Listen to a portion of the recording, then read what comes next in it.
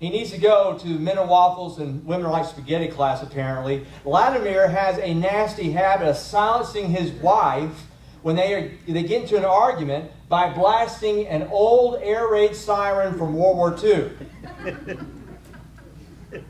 He has this thing for years, and anytime their conversation gets heated and they start yelling, he would decide that he didn't want to hear from it anymore, and so he would just let that air raid siren rip.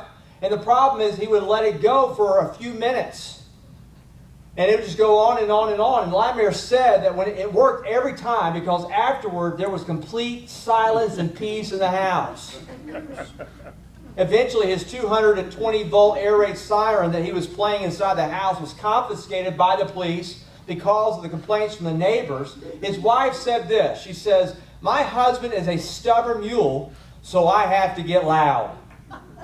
What a great marriage. And that's one way to bring peace in a situation, right?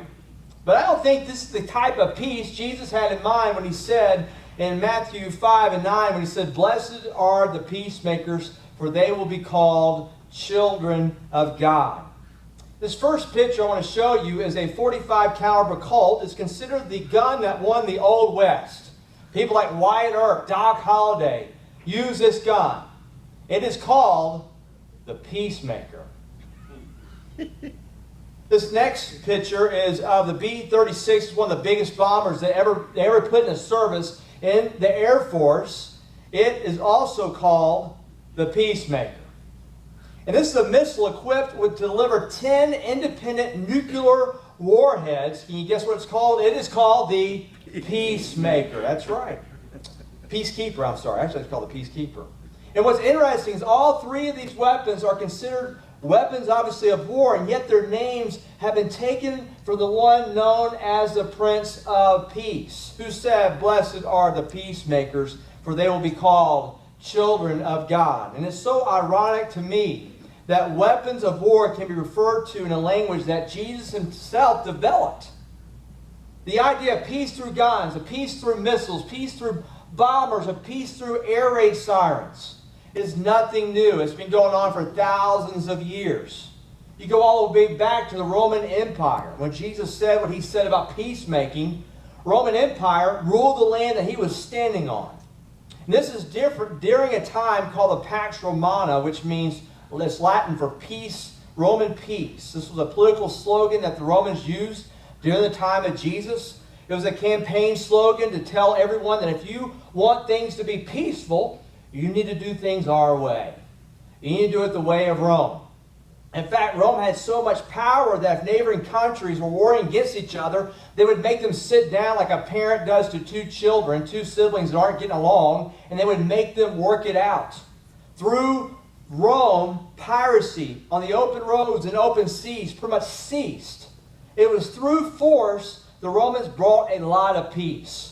The whole point behind Pax Romana is to say that if you'll bow down to Rome, that if you'll confess that Caesar, not Jesus, but Caesar is Lord, then you'll have the best peace that your life could ever have. Pax Romana was behind the crucifixion. It was Rome's way of saying, don't mess with us. We thought Texas came up with that statement. No, actually Rome did. Don't mess with us. This is what we do to people who upset the peace we're trying to bring. Now, when Jesus talked about peacemaking, he wasn't talking about making peace the way Rome sought to make peace through force and conquest. That was not what Jesus had in mind. You see, before you can even think about being a peacemaker, you need to understand the type of peace Jesus is talking about. And it can be understood in a couple of ways. Number one is this way. Jesus' peace has more to do, there's the pictures there. Jesus' peace has more to do with the reign of God than it does with the reign of Rome. When Jesus talks about peace, he's talking about God's peace. Now, the reason why this is important, because when people talk about upsetting the peace, what they're talking about oftentimes is upsetting their peace. The things that bring them peace. What they're really talking about is their agenda. That their agenda does not get interrupted in any way. It's kind of like all the dictators that you see in Libya or Syria. When they're talking about the peace of the people, what kind of peace are they talking about? They're talking about their peace. This is the peace that Rome is pushing for. It's Pax Romana. And today, when we talk about peace, we are usually talking about peace that gets what we want. It's the peace that I want. We're talking about peace that is tied to our momentary will, our momentary agenda that only lasts for a few minutes. And this is the peace that I'm most often tempted to try to make. This is the peace that I'm most often tempted to try to force. Do you know anyone who's only peaceful when they're getting their way? You know anyone who's only peaceful when people are doing what they want them to do? That's not the kind of peace that Jesus is talking about. Back in the fall, a couple of years ago, and I got to tell you right now, fall is kind of like my Christmas time, okay, every Saturday, because I'm a huge college football fan. And it's very rare that I get to sit down on a Saturday and watch a complete game.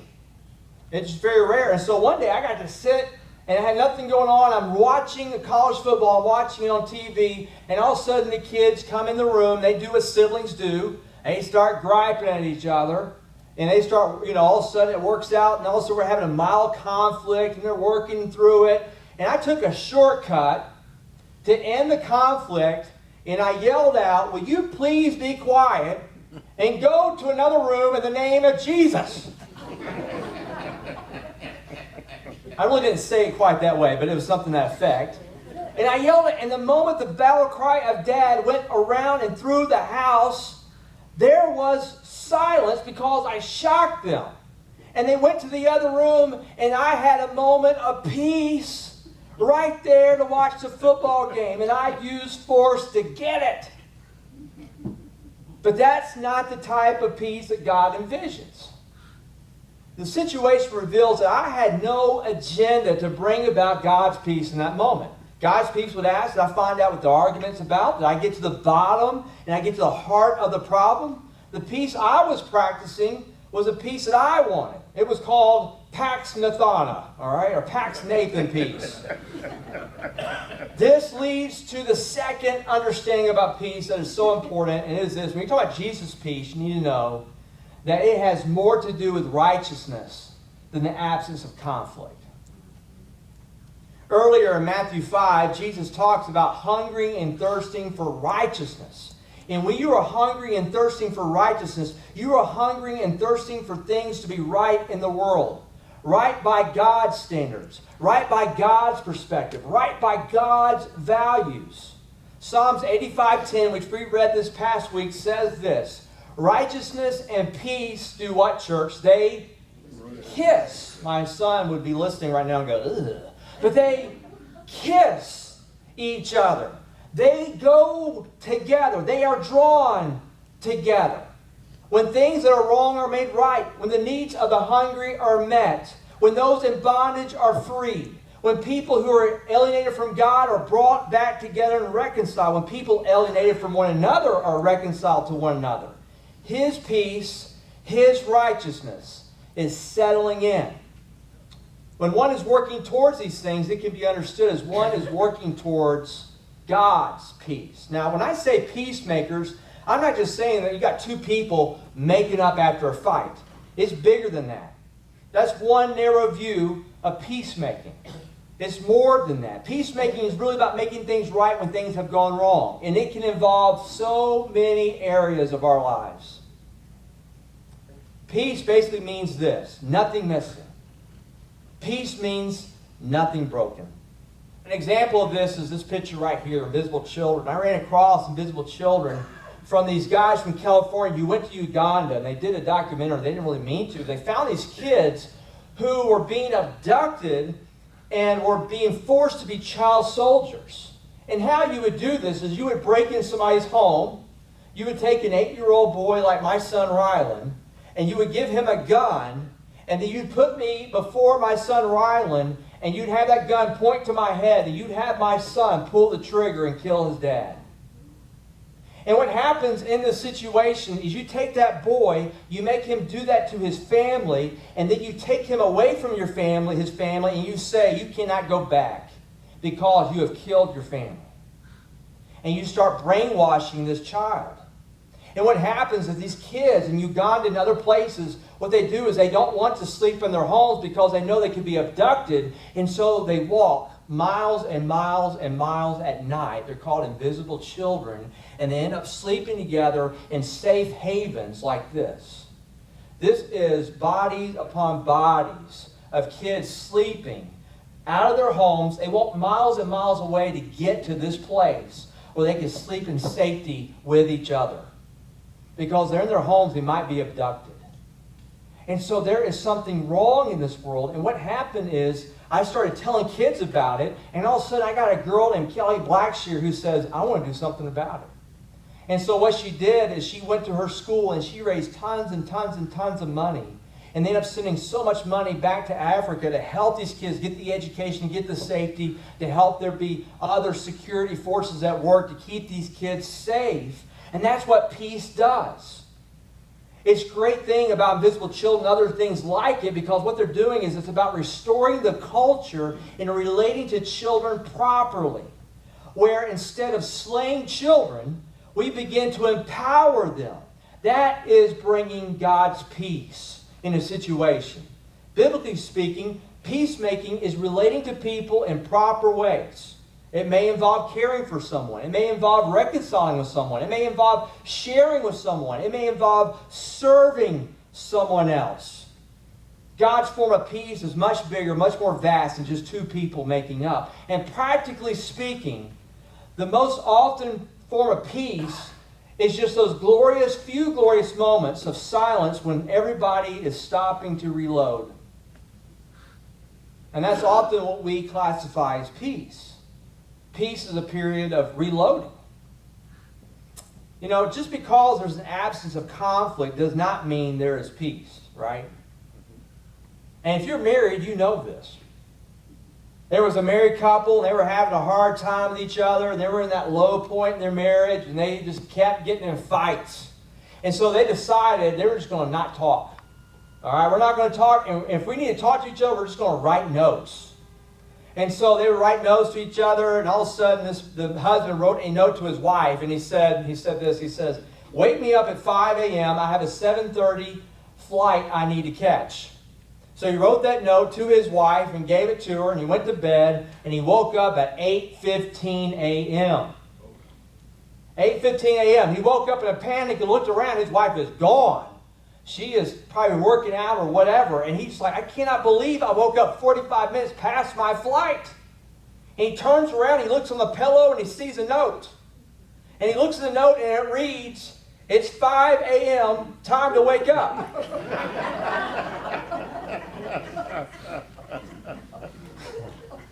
Now, they had silence, but they did not have peace. Now, back to the situation with my kids. I did nothing to form a right relationship with my children in that moment. Peace is more than the presence, is more about the presence of righteousness than the absence of conflict. A cold war is not peace. It's about bringing order and wholeness to relationship. And the reason why it's so important to not interpret peace as the absence of conflict is if you interpret peace as the absence of conflict, then you'll never be able to face conflict, to pursue righteousness, and make real peace possible. Jesus says in Matthew 5:23, later on in Matthew 5, he says this, therefore, if you are offering your gift at the altar, and there remember that your brother has something against you, what you do is you leave your gift there in front of the altar. First go and be reconciled to your brother, then come and offer your gift. If you suspect somebody may have something against you, or maybe you might have done something to offend someone else, you must first go and be reconciled to that person. He's saying take initiative. Seek reconciliation is proactive approach. A couple things I want to say if you are going to seek reconciliation is this. Address the problem. Do not attack the person. Address the problem. Do not attack the person you approach to be reconciled with. Another thing I would say this is we got to emphasize reconciliation over vindication when we do this. There's a tendency sometimes to come to somebody and you have fear they're going to hold something against you, and then what you do is we seek to justify ourselves in addressing a matter even over restoration of the relationship. It isn't to say that we can't explain our side, but the proper process must not be held hostage until someone else says, "Oh, you're so right." So I want to go back to this situation of we've got to face conflict, and that is the bottom line is if you and I equate peace with conflict avoidance, we won't do what Jesus is telling us to do.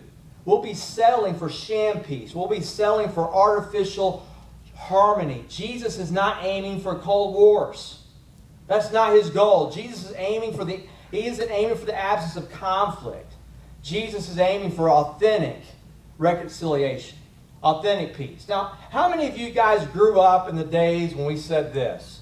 Give peace a chance. How many hippies do we have in the room? Okay, all right. You know, if you're going to give peace a chance, you need to consider a few points. Number one is this: giving peace a chance involves leaving one's comfort zone and dealing with conflict at some point in the journey. And that's why it's so important not to equate peace with the conflict absence or absence of conflict, because working together in peace will at times require that you leave your comfort zone. Peacemaking is not always a peaceful thing. Think about this. Jesus is known as the Prince of what? Prince of Peace. And we just sung about that. And yet, he was often a source of conflict. Isaiah 9:7 says this, a prophecy of Jesus Christ. Of the increase of his government and peace, there will be no end. Luke 2:14, angels are declaring this birth of this child, and they say, peace on earth. John 16:33, we talked about this last week. Jesus says, I have told you these things so that in me you may have peace.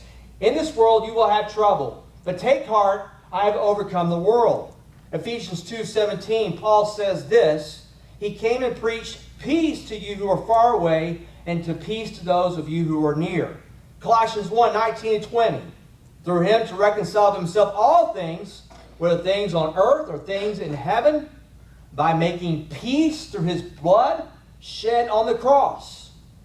That was all what Jesus was attempting to bring. He wanted to bring peace, but he himself had to leave his comfort zone to face some real conflict. And oftentimes, he was the focal point of that conflict himself. Consider these verses. Jesus is being born, and they're presenting the baby Jesus there at the temple. And I want you to think about, would you want this being said of your grandbaby? Would you want this being said of your baby? All right? So Simeon sees Jesus, sees Joseph and Mary, and he comes up to him, and he says this. He says, this child is destined to cause a falling and rising of many in Israel, and to be a sign that will be spoken against. Now, who wants that to be said over their child during a baby dedication? I would be like, you get away from my kid right now. My kid is going to have a peaceful life. I mean, it's interesting. Jesus comes in Mark 11. We remember this. He is kicking people out of the temple, and he's going ballistic. And we're going, why? It's because the temple courts were the one area reserved for non-Jews like us. They were reserved for people like us, where outsiders could come in and worship the God of the Jews, but the selfishness of the insiders was kicking out the outsiders. And Jesus says this in Mark 11, verse 17. He says, my house will be called a house of prayer for whom, church? All nations. Jesus was a disturber of the peace at times. Jesus acknowledges that the impact of his presence and that allegiance to him will cause tension. He says in Matthew 10:34-36, he says, do not suppose I have come to bring peace to the earth. I did not come to bring peace. I came to bring a sword, he says. I have come to turn a man against his father, a daughter against her mother, a daughter-in-law against her own mother-in-law. A man's enemies will be the members of his own household.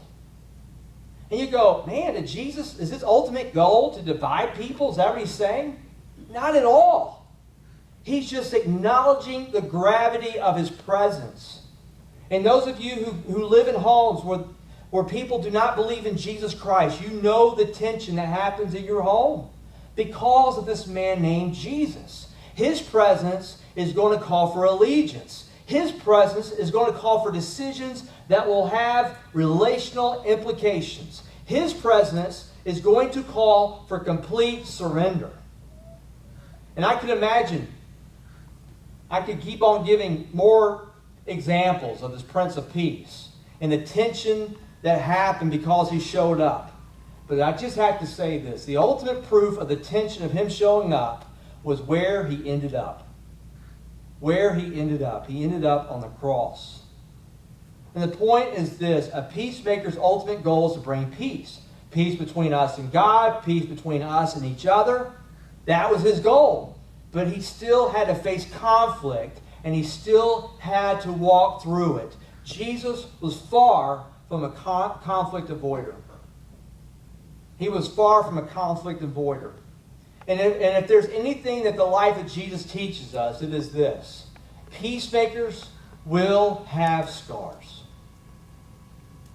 And those of you who have served in church, you know exactly what this has. You know exactly what's going on here. You bear scars.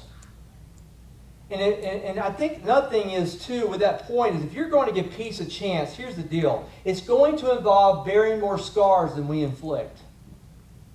All this talk about conflict is not meant to lead any of us to think that we ought to be looking for a fight. That's not the goal. That's not how peacemakers operate. The truth is, for 2,000 years of Christian history, Christians have been pretty good about picking fights. The problem is we gravitate toward all the wrong battles.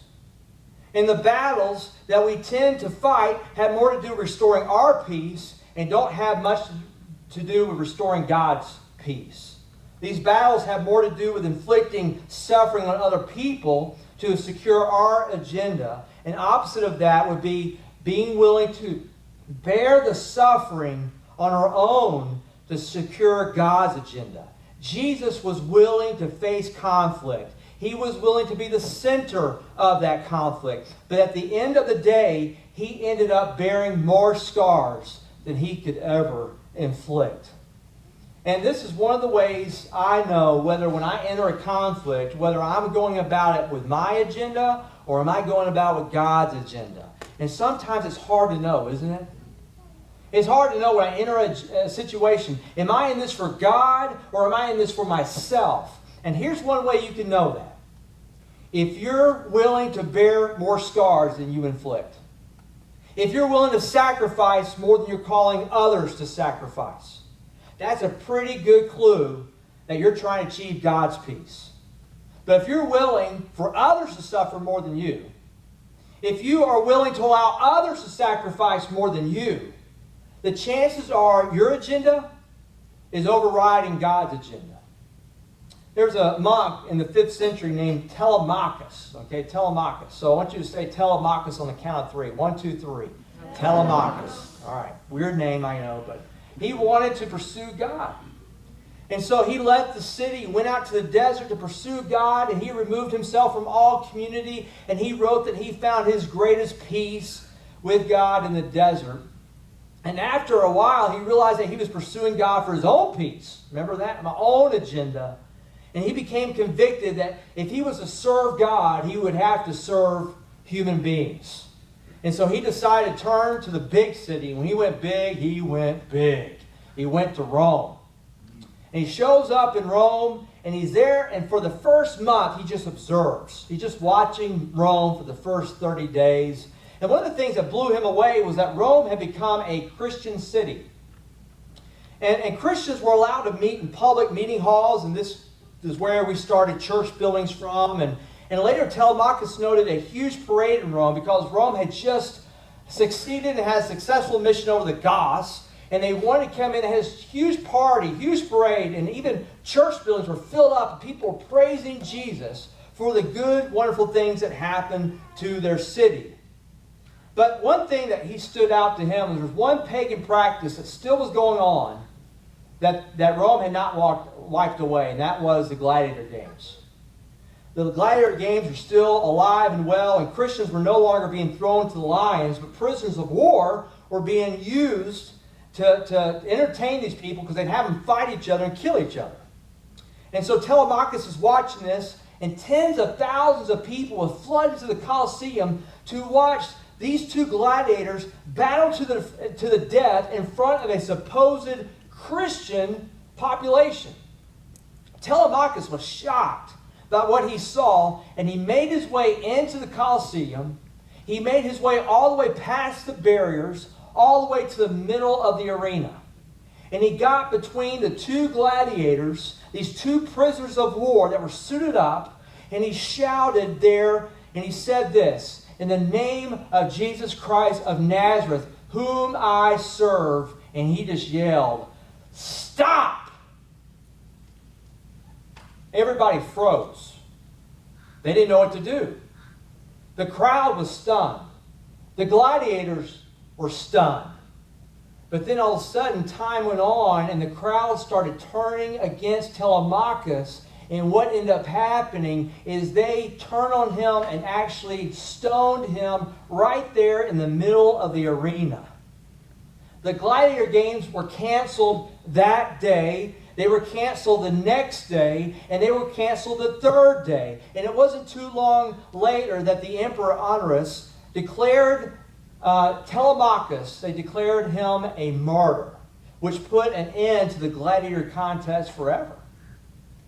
An historian once said this about Telemachus. He said, Telemachus' death was far more useful to mankind than his life.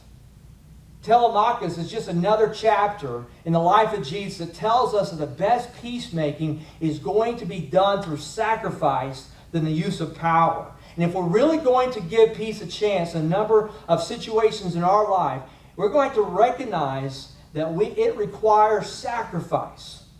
And it's so interesting how Christians operate, because we want to dominate people by our incredible wit and our and eloquence. But that's not going to win people over.